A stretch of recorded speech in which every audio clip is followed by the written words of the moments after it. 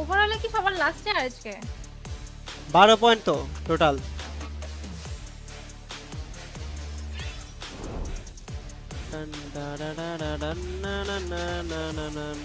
দশে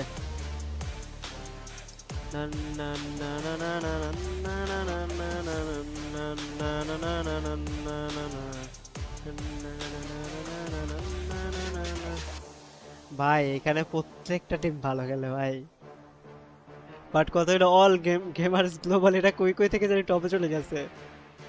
team solid, ঠিক আছে। ফ্লুকজো তো চলো প্রথমে একটা ম্যাচে ওই যে 17 কিল করে বুয়া পাইছিল, তারপরে তো আর কি। আচ্ছা ফ্লুকজো বুয়া পাইলো 17 কিল করে না, তারপরে মাত্র 1 কিল আর পয়েন্ট আনছে দুইটা, মানে 3 পয়েন্ট করছে, আর মানে এক ম্যাচে বুয়া এনে বাদ বাকি 2 ম্যাচে 3 পয়েন্ট করছে জাস্ট। বাট ফ্যালকন জাম্প করছে ভালোই। ফ্যালকন প্রথম ম্যাচে 0 কিল এলিমিনেট হয়েছে, এই যে এখন 10 বুয়া পেয়ে নাম্বার গেল। আছে ওদের কাছে ভালো ওই অনেক স্কোর পেছনে আমি কি বললাম পার ম্যাচে 10 করে হিসাব করতে হবে, বুঝো না? 6 ম্যাচে 60, মানে মিনিমাম মিনিমাম 60 60।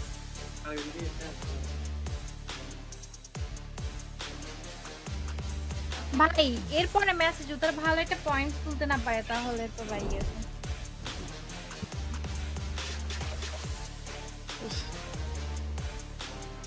পরে ম্যাচে ওদের ভালো একটা কিছু তাই পয়েন্ট দুইটা দেশ আসছে, যদি ফাইনাল না খেলে তাহলে খুবই খারাপ লাগবে, এটা হলো প্রথম কথা। দুইটা টিমের মধ্যে একটাও যদি ফাইনাল খেলতে না পারে তাহলে তো ভাই উফ, উফ। Tata bye bye good night, মুডই খারাপ হয়ে যাবে।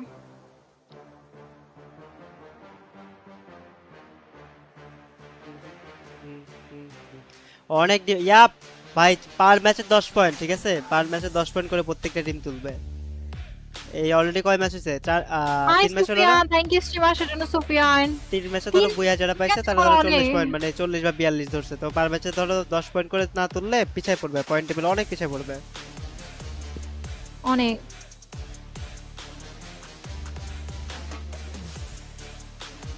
দেখা যাক গাইস এই ম্যাচে কি হয়। এই ম্যাচে তো গোল গেমিং বলতেছে যে আজকে সাপোর্ট করবে না এই ম্যাচে,